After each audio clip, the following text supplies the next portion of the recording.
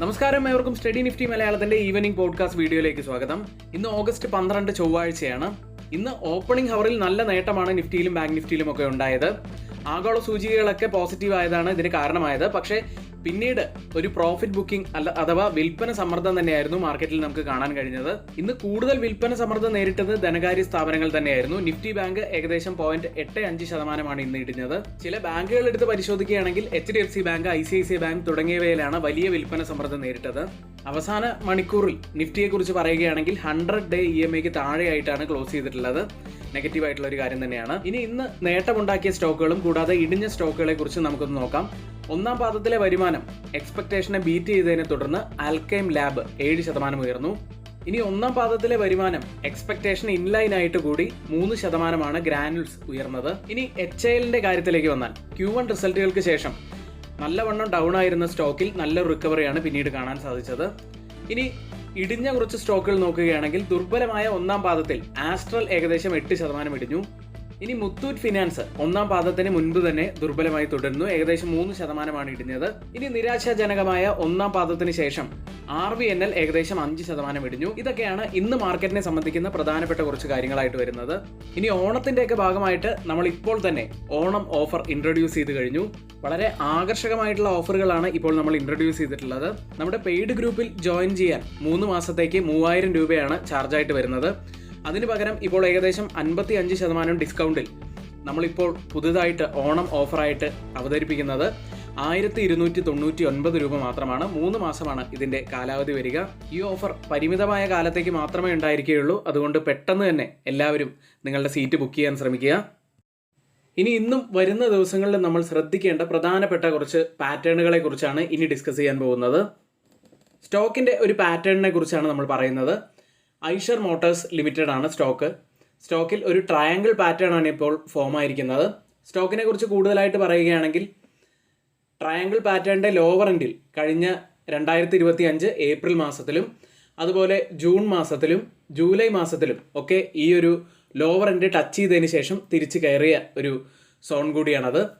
Upper എൻഡിലേക്ക് വന്നു കഴിഞ്ഞിട്ടുണ്ടെങ്കിൽ കഴിഞ്ഞ ഏപ്രിൽ മാസത്തിലും അതുപോലെ ഇപ്പോൾ വീണ്ടും 2 തവണ ടച്ച് ചെയ്യാൻ സാധിച്ചിട്ടുണ്ട്. അപ്പോൾ വരും ദിവസങ്ങളിൽ നമ്മൾ ഫോക്കസ് ചെയ്യേണ്ട എന്താണെന്ന് വെച്ചാൽ ഈ ഒരു പോയിന്റിൽ നിന്നും നമുക്കൊരു ബ്രേക്ക് ഔട്ട് ലഭിക്കുന്നുണ്ടോ എന്ന് തന്നെയാണ് നമ്മൾ ഫോക്കസ് ചെയ്യേണ്ടത്. അടുത്തതായി മറ്റൊരു സ്റ്റോക്കാണ് ഹൈക്കൽ ലിമിറ്റഡ് എന്ന സ്റ്റോക്കിനെ കുറിച്ചാണ് പറയുന്നത്. സ്റ്റോക്കിനെ കുറിച്ച് പറയുകയാണെങ്കിൽ വീക്ക്ലി ബേസിസിലേക്കാണ് നമ്മൾ പോകുന്നത്. വീക്ക്ലി ചാർട്ടിൽ ഡൗൺ സൈഡിൽ പ്രധാനപ്പെട്ട ഒരു സപ്പോർട്ട് സോൺ ഉണ്ട്. ഒന്നുകിൽ ഈ സപ്പോർട്ട് സോൺ ടച്ച് ചെയ്തതിന് ശേഷം റിവേഴ്സ് ചെയ്യാനുള്ള സാധ്യതയുണ്ട്. കാരണം എന്താണെന്ന് വെച്ചാൽ മുൻപ് പലതവണയും, അതായത് 2023 മാർച്ചിലും 2023 ഒക്ടോബറിലും 2024 ഏപ്രിലും ഇതേ സോണിൽ ടച്ച് ചെയ്തതിന് ശേഷം റിവേഴ്സ് ചെയ്തിട്ടുണ്ട് ഈ സ്റ്റോക്ക്. അതുകൊണ്ട് തന്നെ ഈ സോൺ വളരെ പ്രധാനപ്പെട്ടതാണ്. ഡൗൺ സൈഡിലെ ഈ സോൺ എന്ന് പറയുന്നത് 250 മുതൽ 260 വരെയുള്ള ഈ ഒരു സോൺ തന്നെയാണ് വളരെ ക്രൂഷ്യലായിട്ട് വരുന്നത്. ഡൗൺ സൈഡിൽ ഒരുപക്ഷെ കനത്ത സെല്ലിംഗ് പ്രഷർ വരികയാണെങ്കിൽ, ഒരുപക്ഷെ ഈ സോൺ ബ്രേക്ക് ചെയ്യുകയാണെങ്കിൽ പിന്നീട് നമ്മൾ ഫോക്കസ് ചെയ്യേണ്ടത് ഡൗൺ സൈഡിലെ 204 മുതൽ 216 വരെയുള്ള ഡൗൺ സൈഡിലെ ആ ഒരു സോണാണ്. മറ്റൊരു സ്റ്റോക്കിനെ കുറിച്ച് പറയാം. സൈഗൽ ഇന്ത്യ ലിമിറ്റഡ് എന്ന കമ്പനിയാണ്. സ്റ്റോക്കിനെ കുറിച്ച് പറയുകയാണെങ്കിൽ ഈ ഒരു ചാനൽ പാറ്റേണിനുള്ളിലാണ് സ്റ്റോക്ക് ഏറെ കാലമായിട്ട്. കൃത്യമായിട്ട് പറയുകയാണെങ്കിൽ 2025 ഫെബ്രുവരി മുതൽ ഈ ഒരു ചാനൽ പാറ്റേണിനുള്ളിലാണ് സ്റ്റോക്ക് ട്രേഡ് ചെയ്യുന്നത്. മുൻപ് പലതവണയും, അതായത് 2025 മാർച്ചിൽ ഈ ഒരു ചാനൽ പാറ്റേൺ ബ്രേക്ക് ചെയ്യാൻ ശ്രമിച്ചെങ്കിലും അവിടെ ഒരു ഫോൾസ് ബ്രേക്ക് ഔട്ടാണ് നമുക്ക് കിട്ടിയത്. അതിനുശേഷം പിന്നീട് ജൂലൈ മാസത്തിലും 2025 ജൂലൈ മാസത്തിലും ഈ ഒരു സോൺ ബ്രേക്ക് ചെയ്യാൻ ശ്രമിച്ചെങ്കിലും അവിടെ നിന്നും ഒരു ഫോൾസ് ബ്രേക്ക് ഔട്ട് വീണ്ടും ഉണ്ടാവുകയാണ് ചെയ്തത്.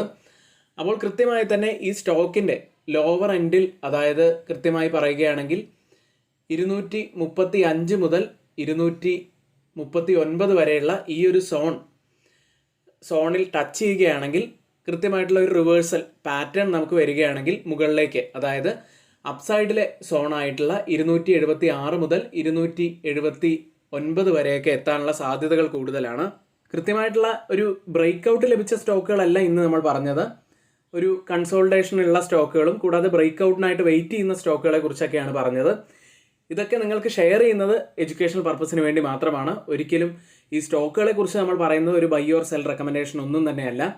നിങ്ങൾ കൃത്യമായി തന്നെ ഈ സ്റ്റോക്കുകളെ കുറിച്ച് പഠിക്കുക. കൃത്യമായിട്ടുള്ള കുറച്ച് പാറ്റേണുകൾ നമ്മൾ കാണിച്ചു തരുന്നു എന്ന് മാത്രം. ഈ സ്റ്റോക്കുകളിൽ നിന്നല്ല, ഏത് സ്റ്റോക്കുകളിൽ നിങ്ങൾ എൻട്രി എടുക്കുമ്പോൾ കൃത്യമായിട്ട് പഠിച്ചതിന് ശേഷം വ്യക്തമായിട്ടുള്ള ഒരു പ്ലാൻ ഉണ്ടെങ്കിൽ മാത്രം നിങ്ങൾ ആ ട്രേഡ് എടുക്കാൻ ശ്രമിക്കുക, ആ സ്റ്റോക്കുകളിൽ എൻട്രി എടുക്കാൻ ശ്രമിക്കുക. ഇനി ആർക്കെങ്കിലും സ്റ്റോക്ക് മാർക്കറ്റിൻ്റെ ബേസിക് കോഴ്സ് പഠിക്കാൻ താല്പര്യമുണ്ടെങ്കിൽ തൊട്ട് മുകളിൽ നമ്മളിവിടെ ഒരു വാട്സപ്പ് നമ്പർ നൽകിയിട്ടുണ്ട്. അതേ നമ്പറിൽ തന്നെ മെസ്സേജ് അയച്ച് നിങ്ങൾക്ക് ആ കോഴ്സിൻ്റെ ഡീറ്റെയിൽസ് അറിയാവുന്നതാണ്. ആ കോഴ്സിൽ ജോയിൻ ചെയ്യാവുന്നതാണ്. Technical analysis, fundamental analysis, trading വ്യൂവിനെ കുറിച്ച് അങ്ങനെ ഒരു മാസം നീണ്ടു നിൽക്കുന്ന ക്ലാസ് വീക്ക്ലി 2-3 ക്ലാസ്സുകളായിരിക്കും ഉണ്ടായിരിക്കുക. ഏതായാലും ക്ലാസ്സുകളെ കുറിച്ചുള്ള കൂടുതലായിട്ടുള്ള കാര്യങ്ങളൊക്കെ അറിയണമെന്നുണ്ടെങ്കിൽ നിങ്ങൾക്ക് തൊട്ട് മുകളിലെ വാട്സപ്പ് നമ്പറിൽ ഒന്ന് മെസ്സേജ് അയച്ച് ഡീറ്റെയിൽസ് അറിയാവുന്നതാണ്. എങ്കിൽ നാളെ രാവിലെ പ്രീ മാർക്കറ്റ് വീഡിയോയുമായി വീണ്ടും കാണാം. ഏവർക്കും നന്ദി.